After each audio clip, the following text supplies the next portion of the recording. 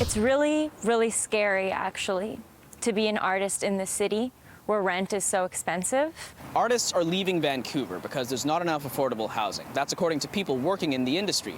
They say practicing in this city means making big sacrifices. And I will not be able to pursue my career as an artist if I want to have a family and a house. What's scary to me is I see all my friends moving out of the city, moving to places like Mission or Nanaimo, especially if they want to have a family. Angelica lives with her partner Brandon, a poet originally from Edmonton. He says Vancouver is too expensive, and that's forcing artists to focus on individual payouts instead of being part of a sustainable arts community. Vancouver seems to be about like funneling who it deems to be like its best and brightest into like a sort of industry funnel and then projecting them to the world so that they can say, you know, we are an art city.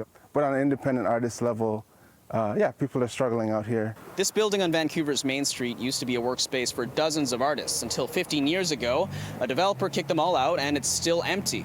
Over at Eastside Culture Crawl, a painting of this building by one of the former resident artists hangs by Esther Rosenberg's desk. It's a reminder of some of the ineffective policies at the City of Vancouver. That's shameful that this should be going on, that 40 to 50 artists have been evicted from this building and it's remained empty for essentially 12 to 15 years. The space where we're speaking is currently owned by an artist, but Rosenberg says it won't be around for long, just like a number of spaces on this stretch of Hastings Street which have been bought up by a developer. They're all going to be demolished. Many of these buildings did at some point house artists, and that's what's happening, is that these buildings are going to be coming down and they're going to be redeveloped. But the city has made some efforts to bolster living spaces for artists. In June, a new development in the Mount Pleasant neighborhood added 30 new housing units for artists and their families. It has around 4,000 square feet of production space, but the losses keep coming.